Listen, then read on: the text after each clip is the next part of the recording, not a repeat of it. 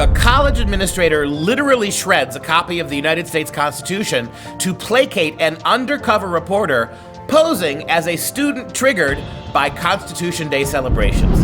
Gee, if I brought that administrator a copy of my Das Kapital by Karl Marx and tell her I'm traumatized by 200 million dead people in the wake of socialism, do you honestly think she would shred that book to make me feel better? Now that would be an undercover story worth watching. I'm Dr. Duke, she's Katie, and this is The Dr. Duke Show.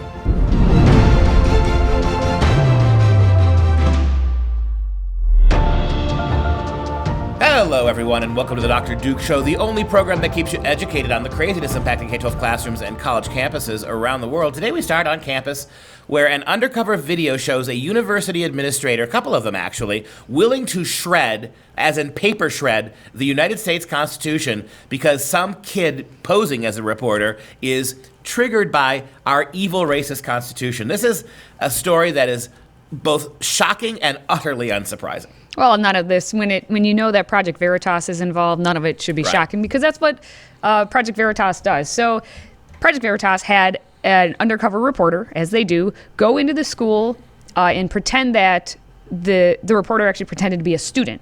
And because, Constitution Day just happened, that student, this was at Vassar College, said that they were triggered. The Constitution triggered her. And so she wanted help from the administration as to what to do with this copy of the Constitution. So the undercover reporter goes to Kelly Grab, who is Vassar's assistant director of equal opportunity.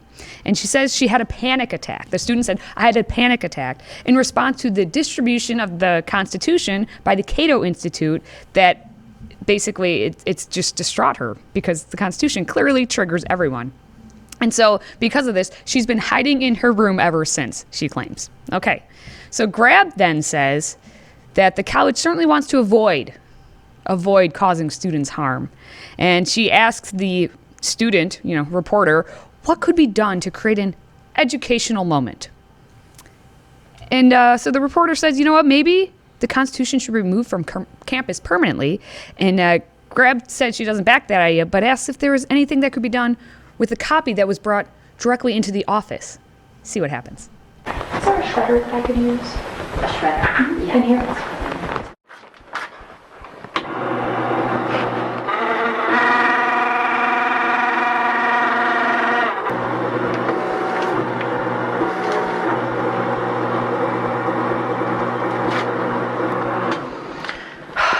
Thank you. That made me feel better.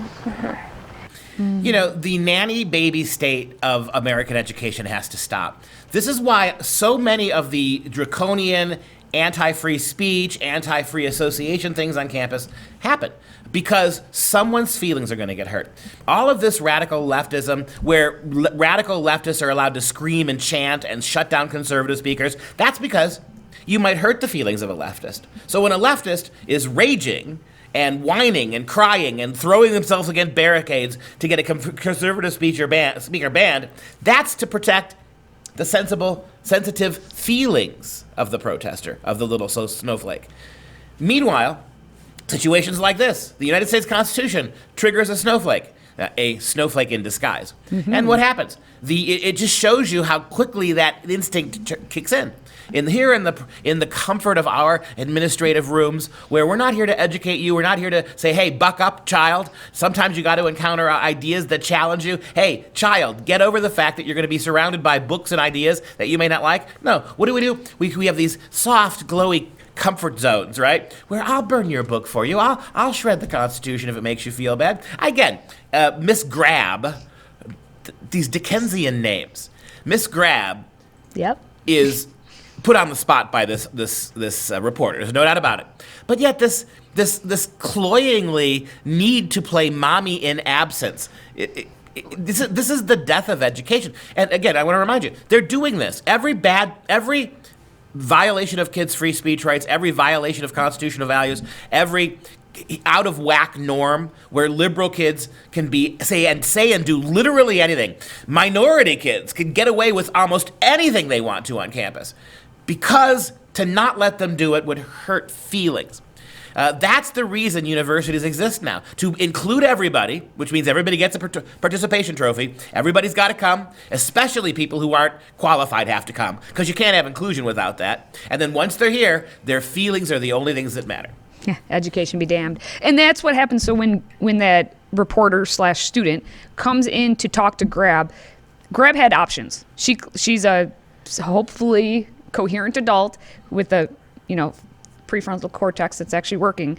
And she could have made the choice to say, I can take the Constitution from you. I can offer you other services. Here's therapy centers on campus, whatever it is. But instead, what happened is the student had said, honestly, can we just destroy? Is there a shredder or something for the Constitution? She says, I think it might be really therapeutic to see that. And this is when Grab had the option to say, I don't think we should do that. Or here, should I just take the copy from you? We're a university. We don't destroy books. Yes. Instead, Grab offers her assistance. Mm-hmm. Did you want to do it with me? Mm-hmm. Because you may be afraid to go find a shredder of your own. Exactly. And we must have safe shredder use. Yeah. So let me help you do that. And then the reporter says, yeah, I could watch, meaning Grab's actually the one now shredding it. So she's not only she put herself into that position. She allowed what she thought to be a childless undergraduate to manipulate her into herself shredding the U.S. Constitution. And that means, Grab had to already have been leaning in that direction to go completely overboard. Okay, I'm okay with that. Either that, or she is so mommy-ish, right? In the worst possible way. By the way, these women are almost invariably academic feminists, right? Mm-hmm. I'll bet you somewhere in the resume of Mrs. Grab is a nice collection of women's studies courses or degrees. You watch, right? That they're steeped in this feminism that you get on campus is literally anti-feminism. It is strong women like Amy Coney Barrett are actually vicious. Weak women, whiny, collapsing, constantly harassed, constantly victimized women, they're heroes. And so you get a whining, mewling little reporter pretending to play a triggered undergraduate, and you see the wimp feminist gene kicks in, right? And how empowering. She doesn't even let the child do the shredding. Well, that's because the child says, she I might could get watch. her finger caught in the sharp ways. She probably doesn't know what a shredder is. Don't want to have to hurt a boo-boo, right? Our feminism means never having to have a boo-boo. And that's not the only story like this that we have at Oberlin University. And we know all we need to know about Oberlin, about the saga where they were sued and lost for defending shoplifting because the shoplifters were black, right? And lying and slandering a local business. So this won't surprise you. At Oberlin College, Wendy Kozel, a professor of comparative American studies, agrees that the Constitution, quote, in everyday life causes people pain, unquote. Kozel suggests organizing a dialogue on campus, and those dialogues are usually monologues, right? Yeah. In which, to discuss the ways in which the Constitution causes people pain. Right? Seems to me that if you disagree with that, you're not going to have much of a dialogue with Miss Kozel. The reporter says that her objective is that the Constitution not have such a central part to play at Oberlin. Right? We don't want the Constitution to have anything to do with really what we do at Oberlin College. Another quote, I think there are a lot of people who will immediately agree with you and join the conversation and think about ways to limit, confine, or talk back. Or maybe you just want to talk back to the Constitution, right? You go ahead and lecture that shredded piece of paper, girl.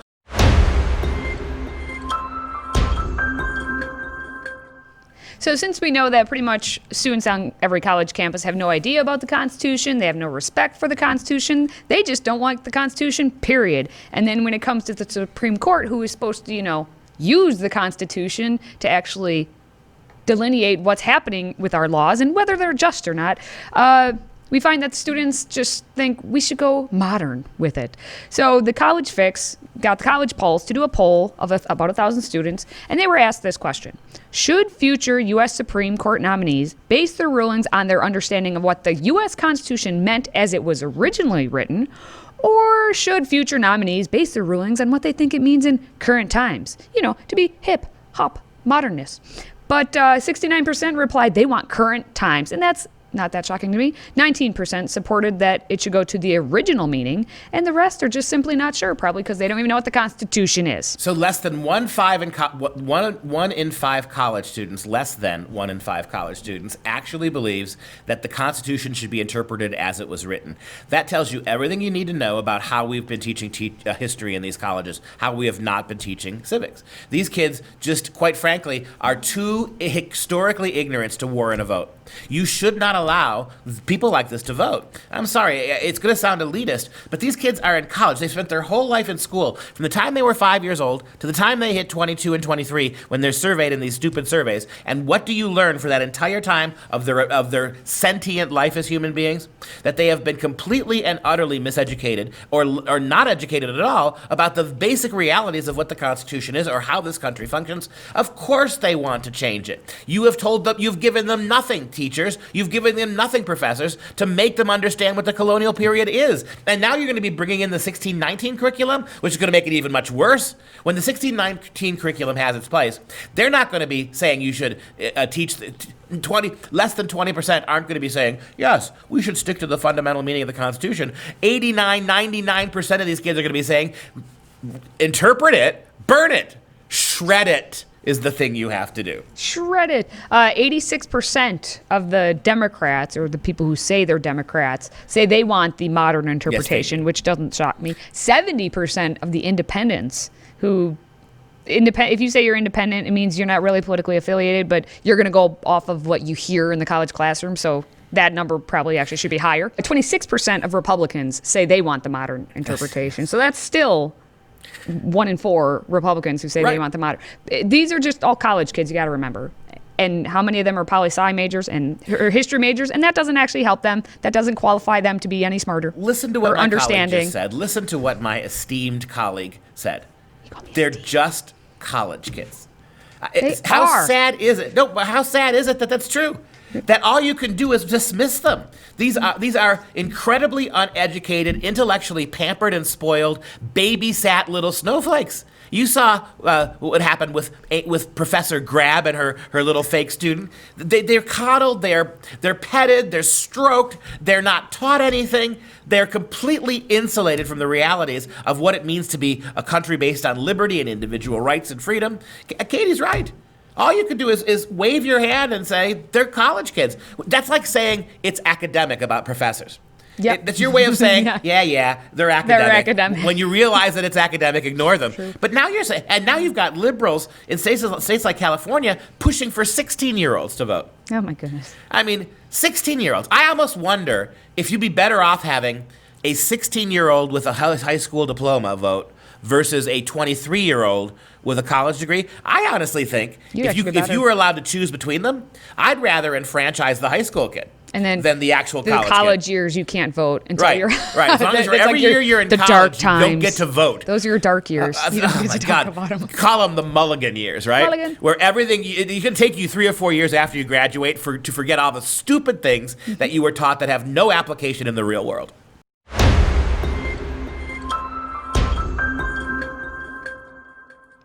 All right, so at this point in our lives, in the year 2020, we know that unless you are the appropriate demographics for whatever it is we're talking about, you may not be allowed to talk. And if you're white, especially male, and heterosexual Christian, you'll never get to talk. But what if you are a little white girl who's living in England?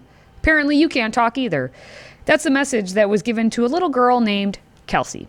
She is British, white, and has blonde hair, and apparently that means she can't have an opinion. And what happened, the story is, a grandmother wanted to defend her granddaughter because of something that happened at school. So she recorded video, the grandma did, of her calling up the teacher to talk about the incident that happened between Kelsey and a girl who, based on what is happening in the video, we assume to be black, because the teacher basically says, you'll see in a minute. Before we listen to the video, I want to make sure I understand that. So you have what grade are these children? They're young. They don't say the actual grade. So would this be more at the middle school? They're late elementary, maybe. So late elementary, the equivalent of late elementary, early middle school. And they're talking obviously about race, because that's all you do in school anymore.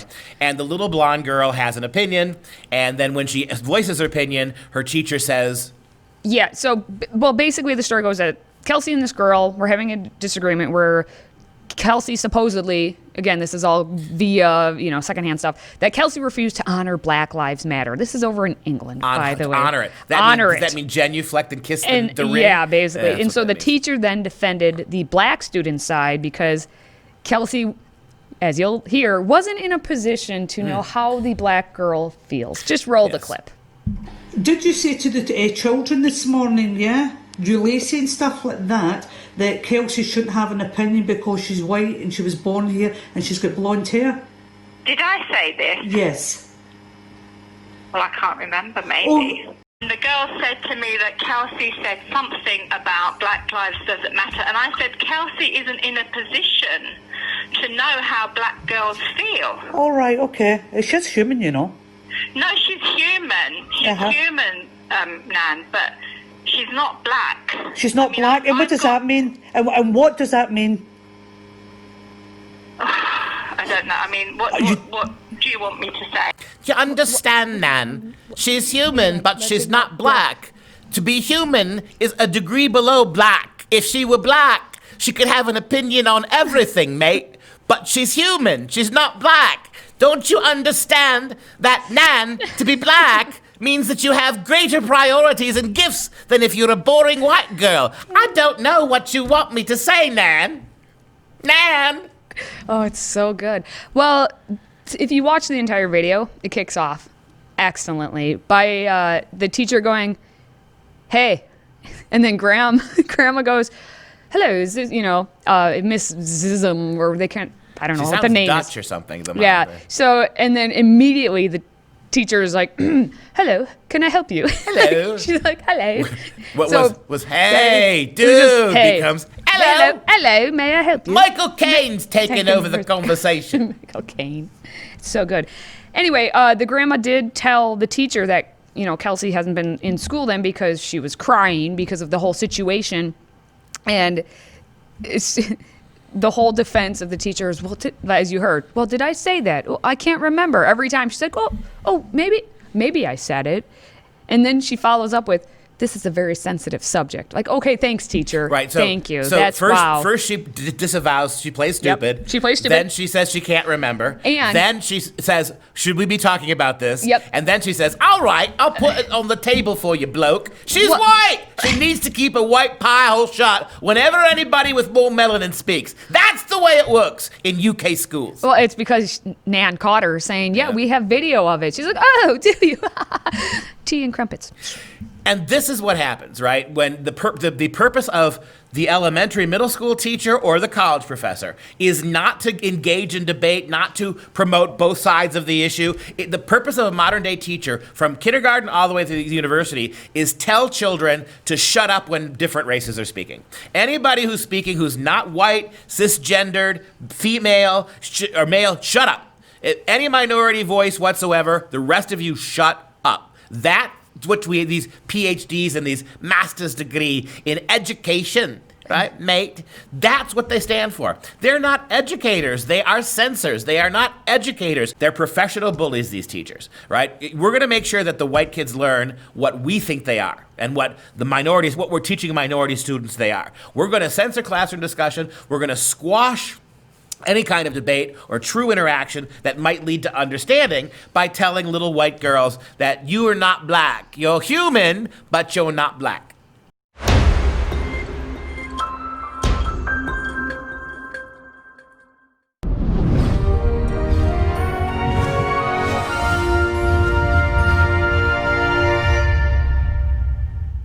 It's time for some real education. Have you ever heard of Der Struwwelpeter?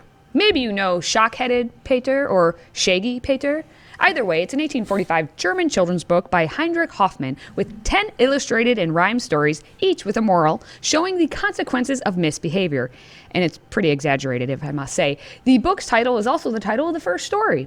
The innovativeness with visual and verbal narratives is the first in book format, and the book style is credited as leading to the development of comic books. Western literature was introduced to the tailor or Scissor Man because of the book, and interestingly, the stories in the book are seen by some researchers as illustrations of many known child mental disorders.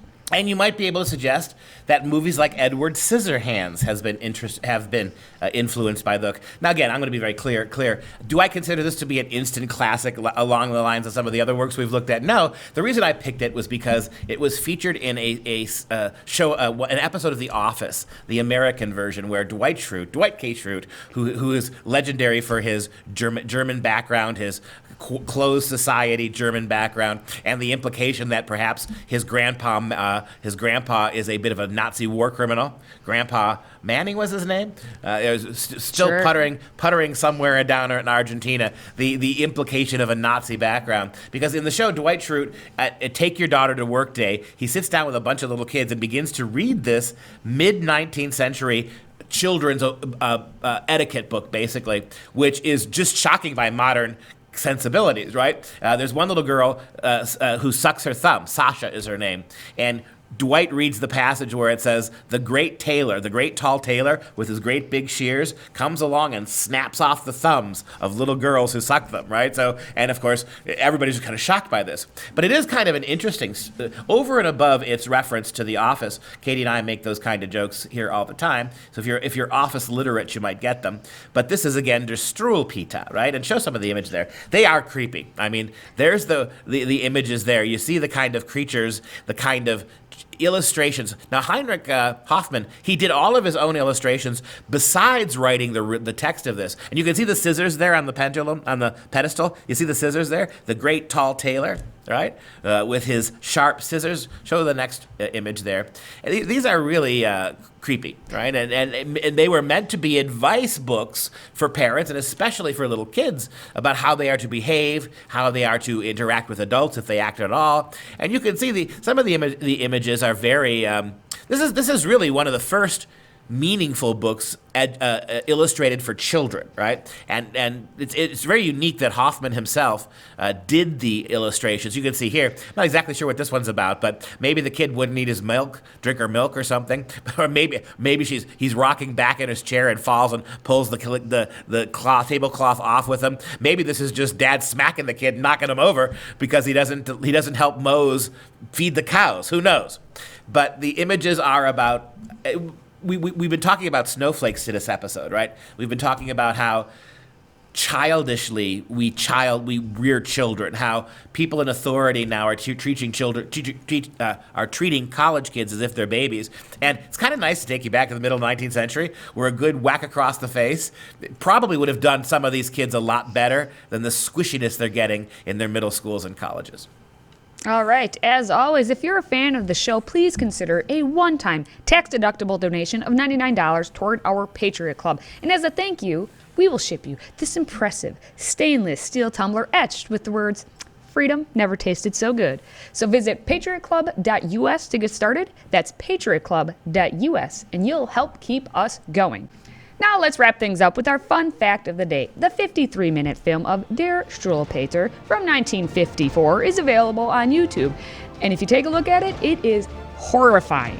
In the words of Michael Scott, we're not going to sit here and read tales from your Nazi grandfather, Dwight.